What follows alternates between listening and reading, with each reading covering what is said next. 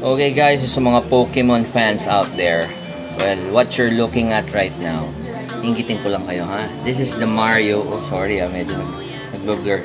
Mario na Pokemon, which is worth million. 1.5 ba to, Lawrence? Set 1.5. Okay. So, paano nakikita niya yung market? Papakita sa atin ni Lawrence. September 2022. 2022. 129,000. Teka, pero ito, di ba sabi mo, $15 lang? Nung release yan. Nung release, $15. Lang hindi graded. Degraded. So ngayon, 122 nung ano, 2022. 2022, 134,000. 134,000. Tapos tumakit siya na Ngayon, pinaka-peak. peak niya, nasa 804,000. 804,000? Si Mario pa lang. Si Mario pa lang. So ito right now, pair, 1.4. 1.5 million. Pero ano, let's makikita lang nila yung gano'ng kakayaman. Okay, so kung naghahanap kayo ng mga Pokemon na malulupit graded, try nyo dito sa Anti-Hero. Nandito tayo sa Anti-Hero. So, excuse me ate. Ayan. Ate, Pokemon fans ka rin. Ha? Kaya mo na babilin to? Ito. Pakita mo, pahawak mo naman sa kanila. Minsan isa makakahawak ng 1.5 million. Have you seen this one?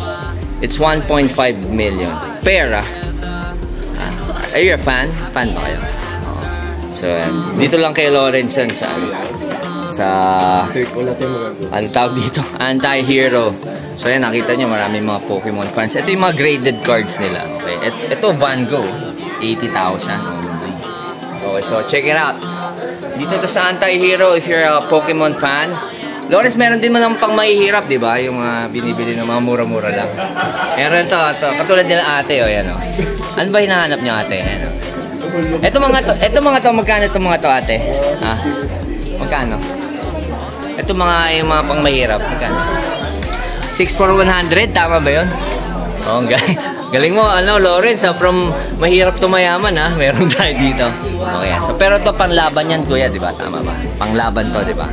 Okay, so, check it out. Dito to sa Anti-Hero, sa shop ni Lawrence, kaibigan nating naka Lamborghini. Ayan o, so ito Van Gogh, only 80,000. Maverick only out, Mi Amigo only. Okay, kalante.